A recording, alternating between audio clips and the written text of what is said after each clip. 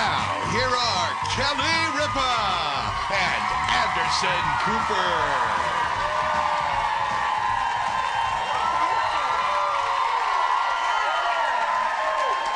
That's right, it's Friday, January 23rd, 2009. Anderson Cooper, AC360 himself, is here in the house. How are you?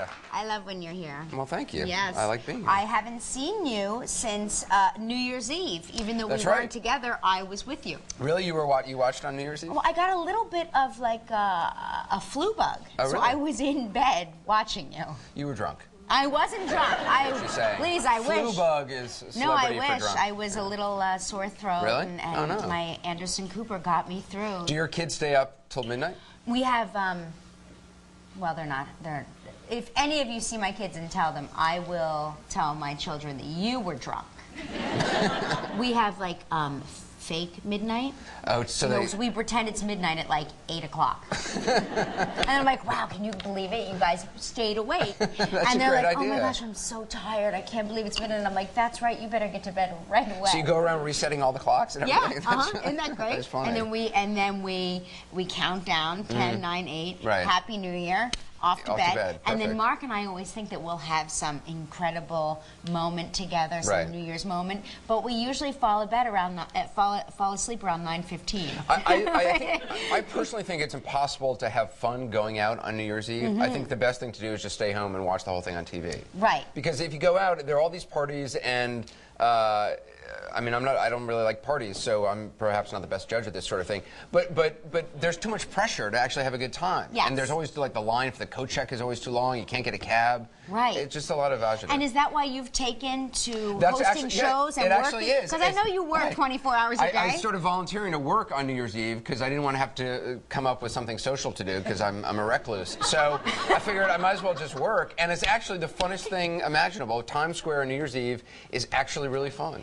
That's why people are into it. That's why Yeah. people. Is everything okay? Oh, okay. Somebody's not feeling well. Oh. Yeah. So But yes, find that it's the but party being there aspect. being there in the center of Times Square from like midnight to 12:10, with the confetti's going and Frank Sinatra singing "New York, New York." It's an amazing experience. Yeah.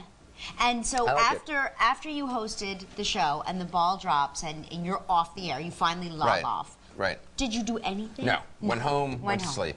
Yeah, that's it. That's So all I did. sad, Anderson. It's not sad at all. I was perfectly happy. Do you I'd know- worked. I'd earned a paycheck that night. I went to bed happy and content. You know.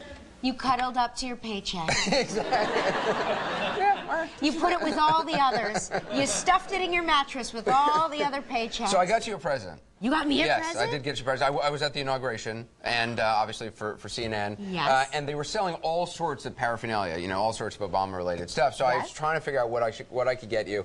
I wanted to get you something with a little bit of bling. That's my BlackBerry. This is not for you. Oh my gosh. So I got you this. Oh which is my a gosh. ridiculously Awesome. big.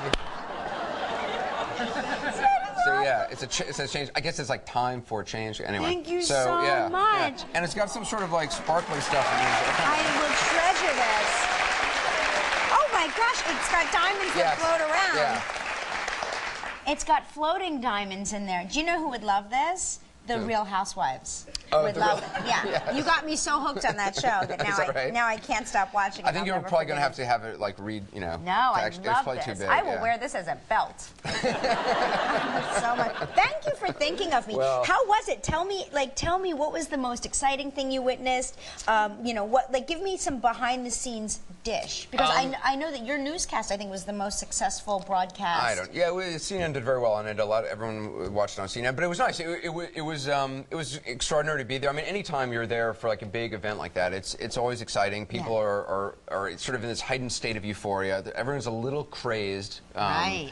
And anyone they recognize from TV, they just sort of run after and want to photograph with. Especially you. No, not so much. You're very recognizable. Not so much. But we were broadcasting from the top of the Newseum, which is this news museum very close to the Capitol. And what no one really had considered is that it's actually very cold. And on the roof of a building, it's even colder because you get these wind currents. So I'm sitting next to Wolf Blitzer, who's hogging all the space heaters. They had Wolf Blitzer. Yeah, we were basic cable, so we could afford like 2 space heaters, and Wolf had them both. So yeah, finally how you suffer for your craft. I know. Exactly. So were you able to wrestle away the space heater from Wolf? I finally was able to, we splurged and we got a third space heater. And I was very happy. I got you a present. You did? Speaking of Wolf Blitzer. Yes, I don't know if you even were aware that they had these fantastic bookmarks. I have seen these. But I got you a Wolf Blitzer bookmark. Wow, look at that.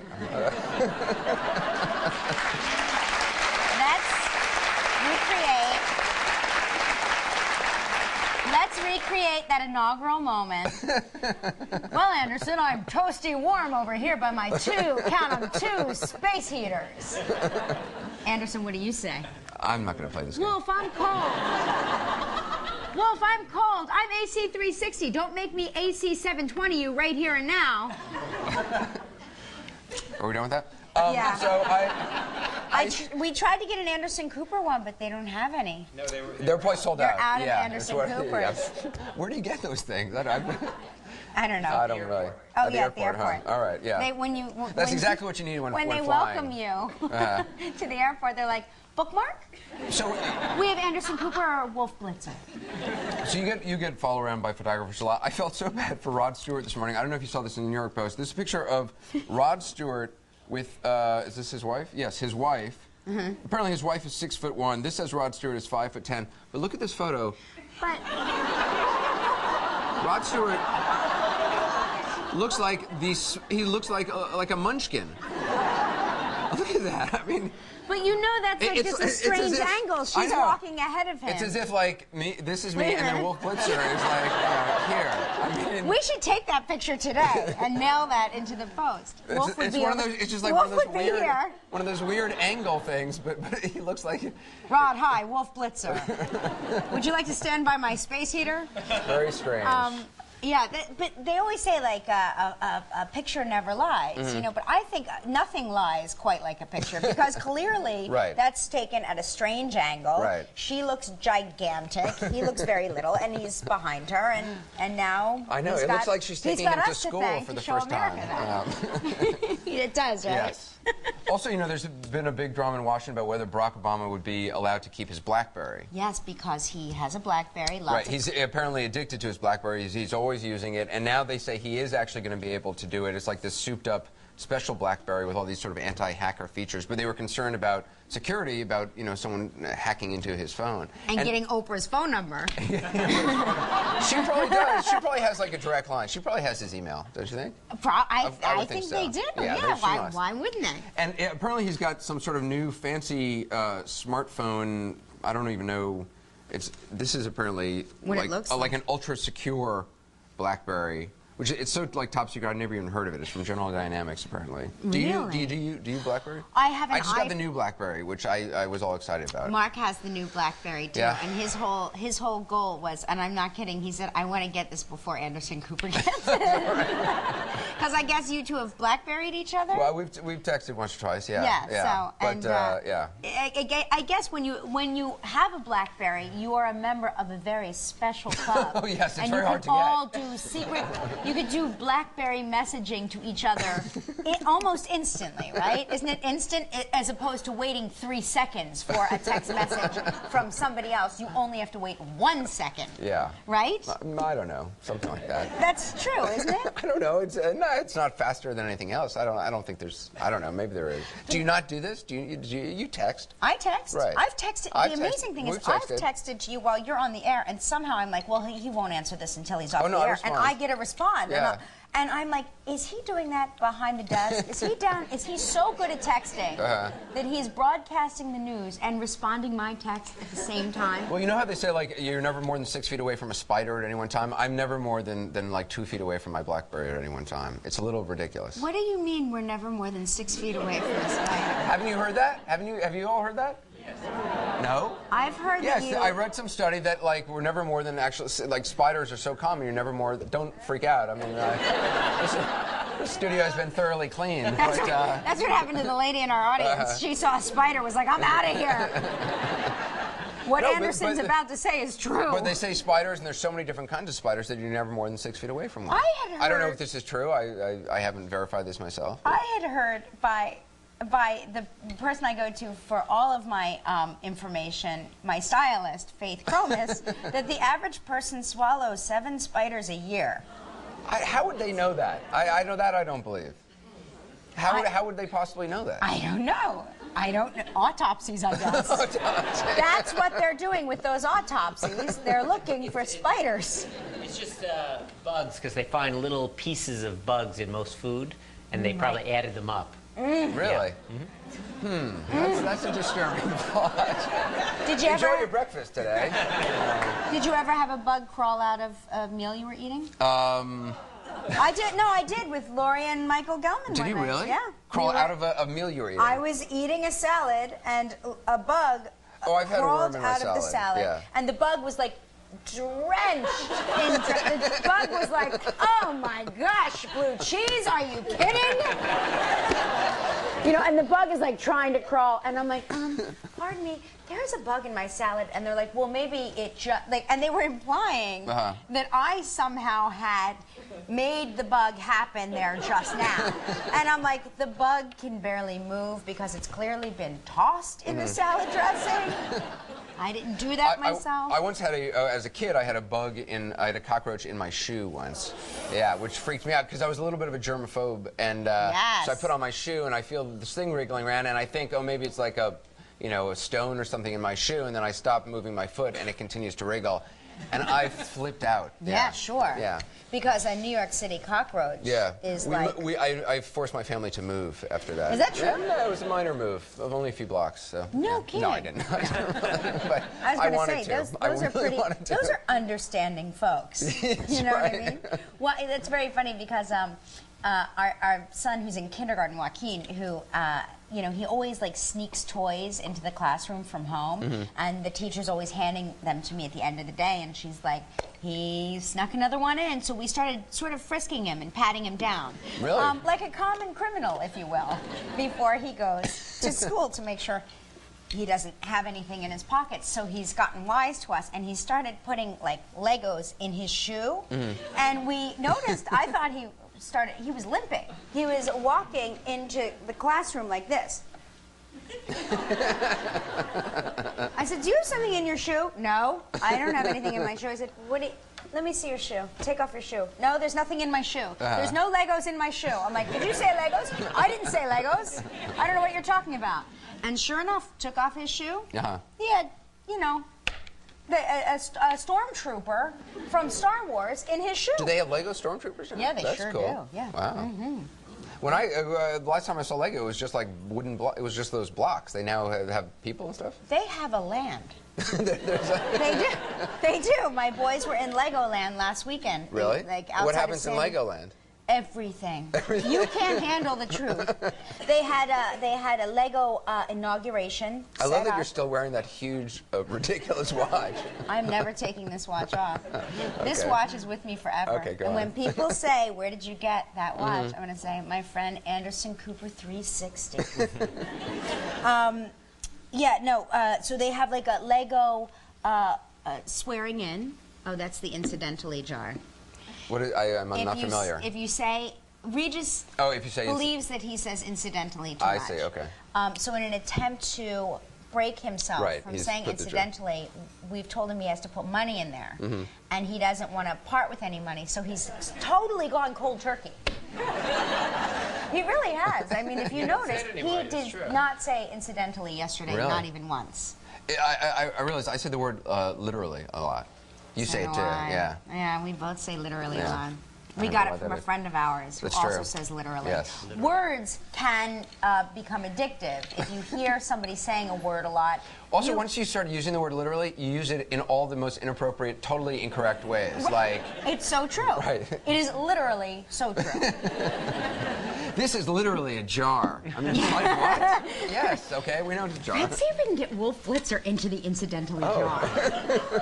Oh, stay warm. That Wolf, he's so broad in the elbows. There we go. Isn't that great? Nice to see. Anyway, we've got a show for you today, Anderson, that is going to be so good because you mentioned that you're germophobic, and our very good friend Howie Mandel, who sometimes He's a germaphobe. I once tried to shake his hand, and he said, no, I don't do that. He will And not. then he did the fist bump thing. He fist bumps. Which I thought it was just something that he didn't want to touch me. If you sniffle, if you make the mistake of clearing your throat or sniffling around him, you don't get the fist bump, you get the elbow. Is that right? Yeah, Really? he will give you the elbow because he wants to keep you... Has he always been that way? Really? Since I've known him, and you've known him longer than me. It's got to be. I mean, I was like that as a kid a little bit, but it's got to be hard as an adult. I think Donald Trump doesn't like to shake hands, and I was once in an elevator with him, and I shook his hand, and then I felt like a jerk because I remembered he doesn't like to shake hands, and I felt bad. Did you then wash his hand? Well, no, I was right. I think that would make it I'm worse. sorry about that. Let me wash your hand. No, I think that would be. Yeah, I actually sent Howie Mandel. They have these action figures, like a hypochondriac action figure and a germaphobe action figure, action figures for these, and I sent him. Literally? Yeah, I literally. Wow. Amazing. I literally, incidentally, literally sent him one. But anyway, Dr. Yerpoliter is here today, and he is going to teach us Germ 101, everything you wanted to know about germs, but were afraid to ask. And then later in the show, Anderson and I are going head-to-head. We are going to compete in a show testing our germ IQ. And, everybody, if you want to compete with us and play along at home, go to your filthy, dirty computer and log on to our website with your dirty computer keyboard, and you can take the quiz, too. Now, I want to warn you about this quiz. I am a Jeopardy champion. So Are I'm you just, really? I'm just putting that out there. Yes. Did you? It was one of those dumbed-down celebrity versions of Jeopardy, so... They really do make it dumb for celebrities. Yes, they make it dumb. I yeah. was on Dumb Celebrity Millionaire. Oh, were you really? Yeah, and they're like... Did you win? I did really well, yeah, I did. But I mean, they But let you didn't win. I didn't. Like I did on Jeopardy, is what you're saying. No, I wasn't the champion. Regis won too, by the way. On Regis Jeopardy? won? Yeah. Oh, that's right, he did. He On was Jeopardy? Yeah, he won. Really? He was the Jeopardy champion. Are you Really? feeling less Oh, powerful no, I'm now? just saying, I think maybe that we could do a little challenge between Regis and I. That's a good yeah, idea. Yeah. I wanted there to be, it was this week of, like, dumb celebrities, and I wanted there to be... You wanted to be the smart one? I won my day, but there was no, like, playoff. I wanted a playoff, because I wanted to destroy everyone else. Who were the It other... brought out the absolute worst in my personality, the show. Yes. Who were the other dumb celebrities that you can think The of? ones I competed against were Maria Bartiromo on CNBC. She's very smart. Very smart. Yeah, absolutely. And Kwasi Mfume, former congressman, head of the NAACP. So it was a tough. It was a tough. That was hard. Yes, no. It was Regis a tough crowd. played against Oscar the Grouch and Smurfette. I'm not kidding. They were like, Smurfette, yeah? She's like, I believe it's Nancy Grace and Carson Kressley is who Oh. Regis. Is that right? Yeah. Okay. Well, hey, you know. No, but I set out to, I woke up that morning in a panic because I'd agreed to do this, and then I realized I can't lose because it brought out all my competitiveness. So I went online, and there are all these websites from former Jeopardy champions, of which I am now one, and with advice on how to win. And what do they say to you? It's all about listening to Trebek's voice. If you're ever on Jeopardy, they tell you to pay attention to these colored lights on the side of the screen, and that's when you buzz in. You don't do that. That's for suckers. You listen to Trebek's voice, and you wait a beat after he finishes, just like a split second, and then you buzz in before the lights go on, and you beat them every time. No That's kidding. my little tip. Yeah. Wow. Yeah. Wait till we tell Regis. Regis was holding the buzzer literally upside down and was not, he wasn't getting anywhere until they were like, Regis, it goes this way. Yeah. But then he somehow won, and I'm not sure how he won. He won by $1. Yeah, I think because Carson made a big strategical error in the final round. Yeah. We believe, though, that the fix was in and Carson threw the whole thing. Is that right? I believe that. It got so bad, after the first round, I was so competitive that I started to feel bad for the people I was playing against, and I gave them the little secret about, like, don't wait for the lights, like, start buzzing in. I still destroyed them, but it was... How much did you win by? I don't even know the final score. It was a trouncing. Do you remember, like, your question, that your final Jeopardy question? I got the final Jeopardy question wrong, and I still won. Yeah. Oh. The Aren't final you Jeopardy smart, question Anderson? was something. Yeah, it was confusing. I remember my millionaire question that got me the $250,000 that I won. I don't Did know you how win much. 200? Wow. Yes, No, I don't know won how much- $50,000 for charity. That's all I won. Right. Well, I won $250,000 for charity, but Wow. I kept most of it myself. But my question was, oology is A what? oology is Oology. the study of what? Did I mention I'm a Jeopardy champion? It's the study of bird eggs. Bird eggs. Bet you didn't know that. Did you get that right? No, I didn't. I had to phone a friend. What? And you had a friend who knew? I had several friends that knew. I had my brother-in-law, who's a doctor, and I know he would know. Because Mark would know, and they're very good, you know, they speak other languages, Right. and when anybody speaks a Latin language, Would know about language bird of eggs? Latin origin, they know, they're like, oh, oology, eggs, Right. you know, Okay. like, Right. you know. Okay. But I'm American, so I'm like, oh, egg, egg. Oology, the study of Oprah Oology. Winfrey? Right, exactly. Right. And that wasn't one of my options. Yes. But I didn't want to put my brother-in-law in a position where he could potentially lose me money. So I called my friend Richard's boyfriend, Richard. They're both named Richard. Right. So I was like, and I know that he is a very smart guy and he knows everything about everything. So I called him and I was like, oology is the study. He's like, bird eggs. I didn't even have to read him the 4 answers. He knew right away. He's like, bird eggs. We're also going to talk today to Eric McCormick, who's here with his new TV show, Trust Me. And we will wrap up with the inbox. We will respond to your questions and comments, and it's time for Snow Globe Trivia. A go-go! Finally, thank you.